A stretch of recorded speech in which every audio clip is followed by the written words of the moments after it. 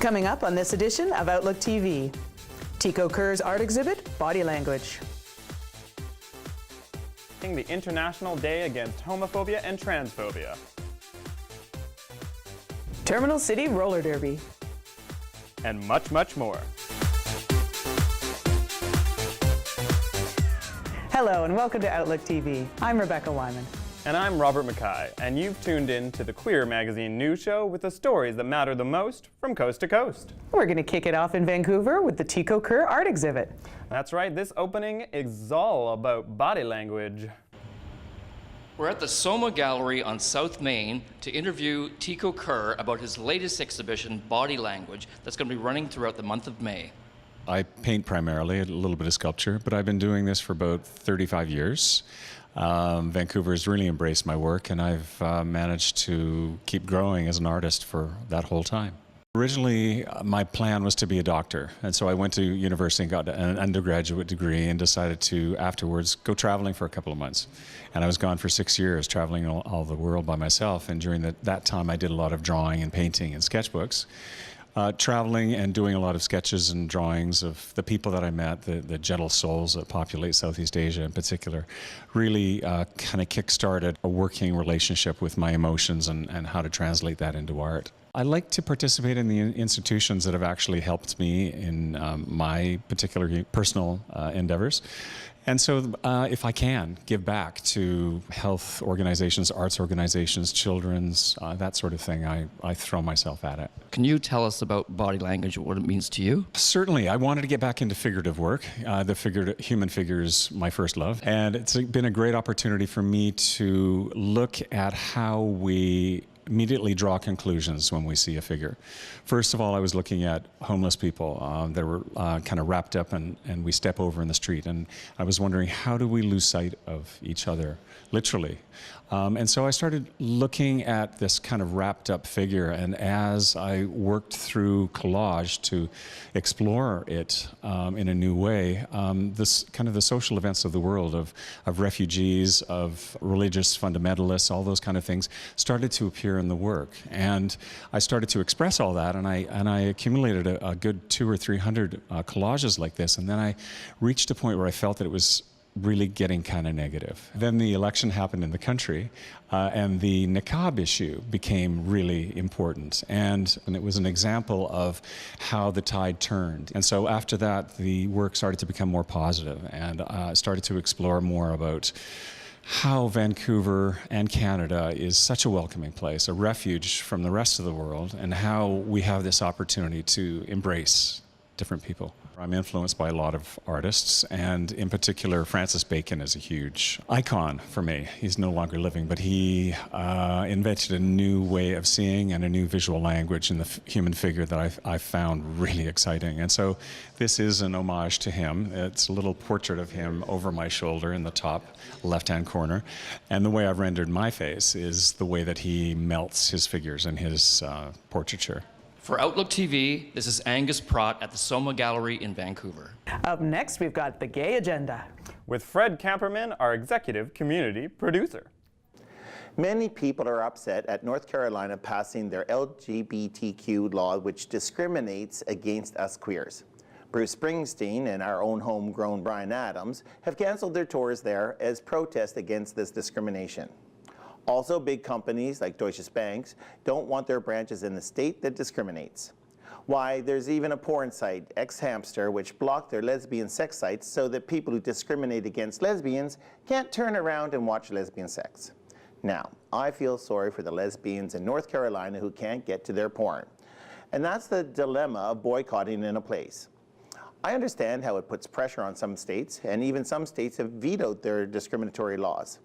However, some people feel that we might have abandoned our queer brothers and sisters in North Carolina. Cyndi Lauper, for one, did perform there, but she put it in her rider in the contract that the toilets must be available for transgender people at the stadium where she performs. Many companies have joined in this boycott because they know what's bad for their employees is bad for business. They will not tolerate discrimination against the LGBTQ because they know the pink dollar is very important. $835 billion important. And when you add into our allies who support us, those dollars just multiply and multiply. As one person of the LGBTQ community, I can't vote on every country or state law, but I have something stronger than a ballot.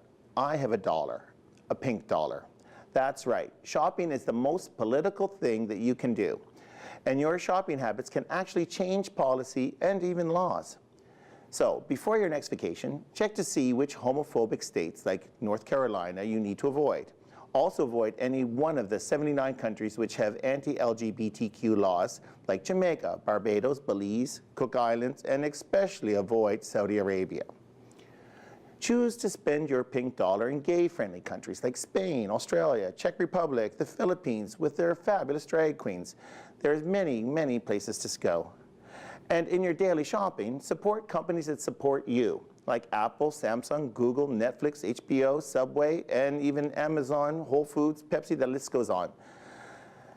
And say sashay away to the anti-LGBTQ companies like Urban Outfitters, Cracker Barrel, Purina, Exxon, the Boy Scouts of America, and of course, never donate to the Salvation Army.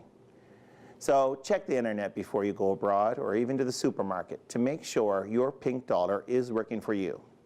For the Gay Agenda, I'm Fred Camperman. We're going to have to take a wee little break now. Time to lay back. Join me, Rebecca. For how far? I can't go any further.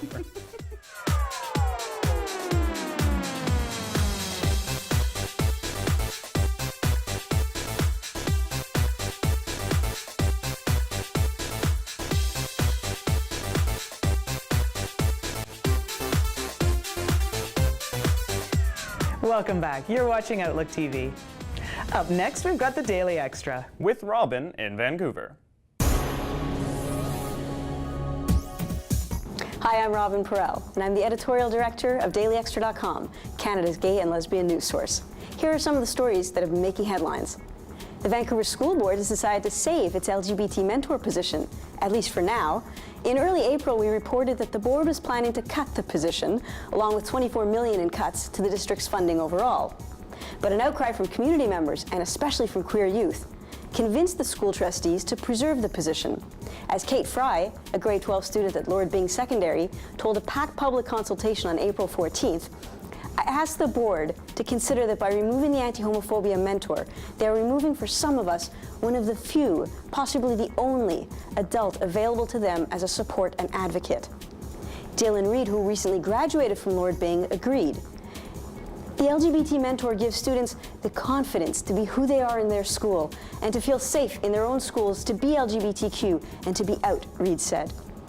When it came time to vote on the budget on April 28th, the trustees first agreed unanimously to protect the LGBT mentor position even before they voted on the rest of their budget cuts.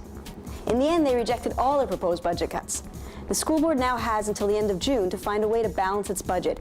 If the board fails to present a balanced budget by then, the provincial government can replace the elected board with an appointed trustee. For more on this story, go to dailyextra.com.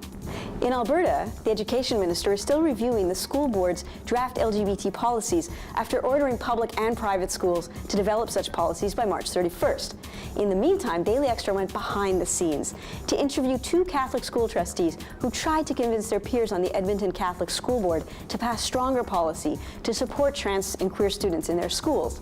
They failed, but the battle shed some light on an Alberta school board torn between traditional Catholic doctrine and supporting trans students. As one of the two trustees, Patricia Grell, told us, life is changing, the world is evolving. Issues come up like this one where LGBT members of our community are no longer willing to stay silent in their closets, so we're bumping up against this. She also said the Catholic Church has bumped up several times throughout our history with innovation, new ideas. Do we really need to put Galileo under house arrest again, she asked. Read the full story at dailyextra.com. In international news, Russian police arrested 7 LGBT activists at a peaceful demonstration on April 15th. About 50 activists had gathered in downtown St. Petersburg to honor the Day of Silence, an annual international day of action to raise awareness about anti-gay harassment. Participants taped their mouths shut with red tape to symbolize how homophobia in Russia is hushed up. The group planned to march through downtown distributing pamphlets about the Day of Silence and the impact that silencing hate crimes has on LGBT people. But the procession was cut short when police stopped participants and demanded they remove the tape from their mouths and stop distributing the pamphlets. Activist Maxime Petkov told Daily Extra that most of the participants complied and removed the tape, but continued the march, holding out their pamphlets for passerby to read. Police then forced a group of activists and journalists up against a wall. They held us pressed against the wall for 20 minutes, not saying anything, Petkov says. Although police eventually released the group, they arrested 7 other activists, packed them into a police car, and drove them around the city for 2 hours before taking them to the station where they spent the evening being questioned, Petkov says. They were eventually charged with failing to obey police orders and will be fined. For more on this story, go to dailyextra.com. And for much more local, national, and international news, go to dailyextra.com and follow our Facebook and Twitter feeds. This is Robin Perelle for Daily Extra in Vancouver for Outlook TV. Up next, Fred Camperman talks camping. And if that wasn't funny enough, let's go camping. So campy. So as most people get ready for camping, the queers get ready for glamping. And we have Craig Maynard, the president of TRC, which is the Triangle Recreation Camp. He's the president, and he's going to tell us what is glamping? What is glamping? It's a gay form of camping, one way of playing it out. It's actually meant for the entire queer community. What's really unique about TRC is that it is a queer-only environment in which allows gay, lesbian, bisexual, and transgendered folks to enjoy the great outdoors. Well, and also you guys are famous for these big parties. Well, we'd like to think we're famous for the big parties, of course. The first one of which is coming up on Memorial Day in the United States, and then followed by the long weekend in July, and 2 more in August and in September. Well, these are themed, right? They are themed. What are the themes? The themes this year, of course, is Memorial Day weekend is in celebration of Memorial Day in the U.S.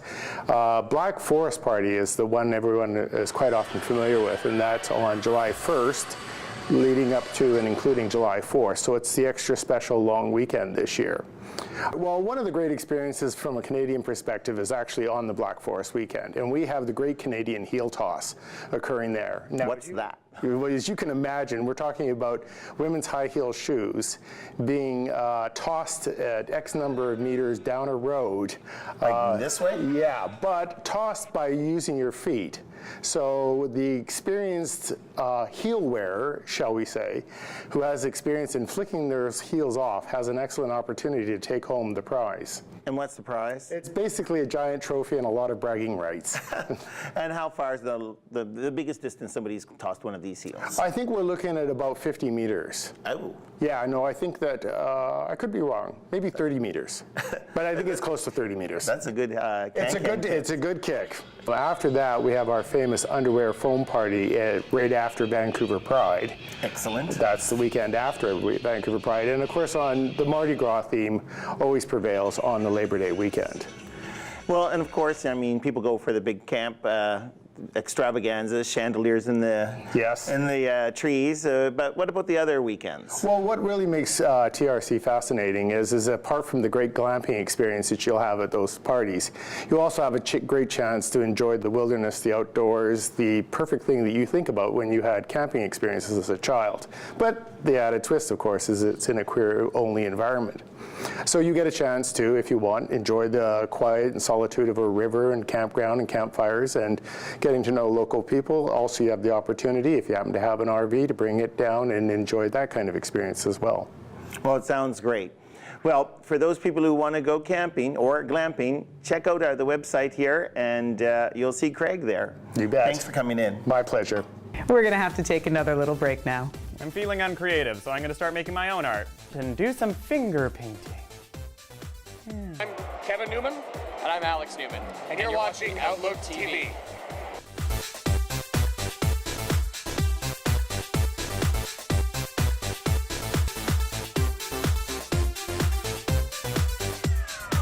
Welcome back. You're watching Outlook TV. We're talking the International Day Against Homophobia and Transphobia. The 12th annual breakfast fundraiser. I love breakfast. I love sausage. I'm here at Community's Ida Hot Breakfast. Ida Hot is the International Day Against Homophobia and Transphobia, and this breakfast empowers and celebrates LGBT people. Hiding myself instead of learning to thrive. So now I'm digging through my chest on my way to my heart. I'm dodging self-propelled darts. They're full of fear. My memories tell me the answer is clear. It's right there. It's in the mirror. Community is a BC's queer resource center. We're a bit of a hub in terms of connecting people to various different programs and everything. We have the Gab Youth Drop-In, that is our probably most popular program. And also we have some programs going on with the adults, with the queer seniors. Aging with Pride is our kind of like one of the popular Pride events for the queer seniors. Welcome to Van City Community's 12th annual breakfast, celebrating the International Day Against Homophobia and Transphobia. Alex and Kevin, they wrote a book called All Out, and they're lovely. Alex came out at Community's Gab Youth Drop-In, and it was amazing because when I came out, the first thing my parents took me was Community. So it's nice to have a bit of a parallel story, and their story is going to be amazing. It's just about what family really is all about. I mean, this is a book about a father and son. This is a book about what it means to be a modern man. This is a book about not leaving things unsaid. It's also about evolution and the evolution of a relationship between a father and son, which is something that can be extremely complex, but nobody really talks about. The more difficult part for me was coming out to myself. How could I accept myself and accept this future that I'm now going to be a part of? How are other people going to accept it? That makes this event particularly special for us that our family is here, and you know, what a great topic to be speaking on, because our book, All Out, is about a family. This event here today is sort of what began our entire story, and it was because of Community that really got the conversation beginning with me and my father, Kevin, and has brought us here today. Alex had to forgive me for my homophobia. He had to forgive me for some of the things that he heard me say in our house. I had to forgive him for some of the harshness in which he judged me as a straight man after he came out.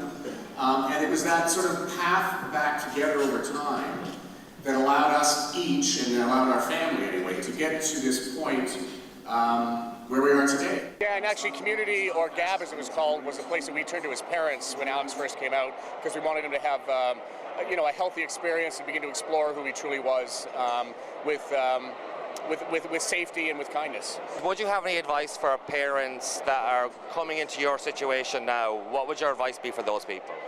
The community is mature, it is kind, it's here for you in ways that you may not expect, that you're not as alone in trying to pilot and guide your child through this passage in their lives, and to reach out. And would you have any advice for kids, teens, or anybody in a situation that you've experienced? Yeah, absolutely. Two pieces of advice. One, that the conversation's always going to be awkward. There's no easy way to go about it. You're talking about sex with your parents. I mean, that's uncomfortable for anyone. So just get through it. If your parents are struggling with it, if family members are struggling, bring them in closer. Bring them into your family, into your life, because that's what's going to make them realize that there's no difference. It's important to recognize that there's still a lot more work to be done. There are plenty of LGBTQ2S adults and seniors who don't have the kind of support that we've had as a family, and support systems that make them feel safe and accomplished, accepted and loved. Many still, and this is so true, continue to face violence and prejudice, and their fight for human decency continues. To find out more about this event and many more, you can check it all out on the Community website. I'm John Paul Payne in Vancouver for Outlook TV. This is a book about not leaving things unsaid. And how hard are you willing to fight as a father to keep your son in your life? Up next, the Terminal City Roller Girls. Ooh, Morgan straps on some skates and gives us this story.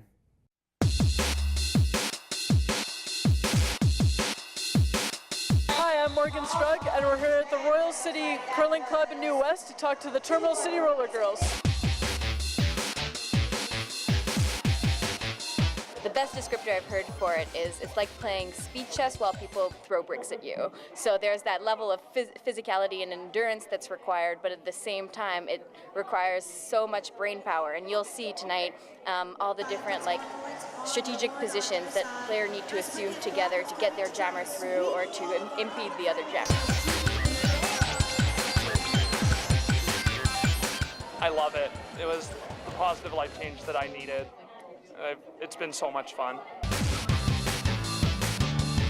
Sometimes you hear like roller derby that it's pretty badass and everybody's going to be like really aggressive and everything like that, and you know, it's going to be like big scary women, and I think that's not a very helpful myth. You know, I think once you get into it, you'll find a lot of people are very athletic, they're really interested in sport. Like in my team, the Riot Girls, like just everybody is very supportive, and you know, there's people from all walks of life, and not to kind of put off by that attitude if it is a stereotype you've heard about roller derby, because basically it's like any other sport, you know, people are just helping each other and trying to improve themselves and, you know, try to win games. My best friend works at a roller skate shop called Roller Girl, and she took me to my first game, and I was like, I need to do that.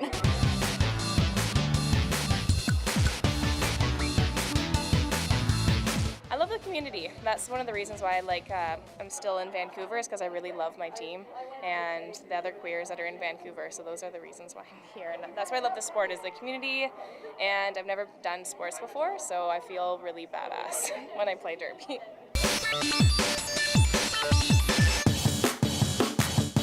I've never had any issues with it, and I love the fact that roller derby is so inclusive, especially me being a trans woman. It's awesome. I was really worried about it not being inclusive when I first came in, but it was never a problem. WIFTA, which is kind of our international governing body, this past year came out with a new inclusive gender statement. So it basically says like, hey, if you identify as a trans woman or gender expansive, like you're welcome here, no questions asked. So it's really awesome. It's a really awesome community to be a part of. A lot of really great people that I've met through Derby for sure.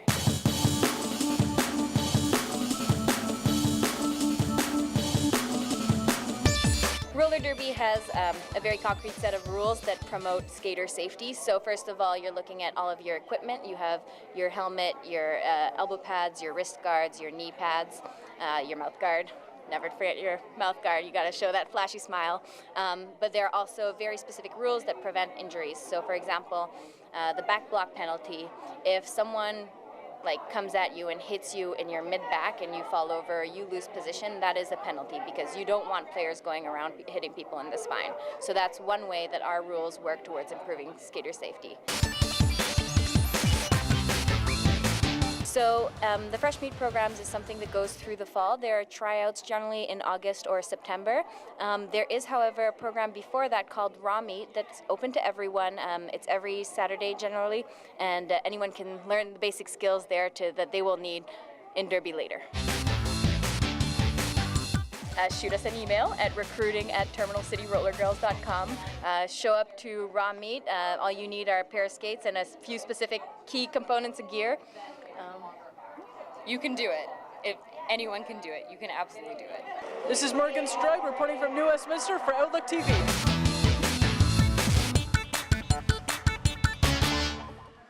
Unfortunately, that is all the time we have for this episode of Outlook TV, but you know, we'll be back. And you have so many other ways to connect with us, like Facebook, Twitter, and shoot us an email to volunteer. We're a whole lot of fun, so please join us. More fun than a bucket of kittens. Thank you so much for joining us. I'm Rebecca Wyman. And I'm Robert Mackay. Stay fabulous, Canada.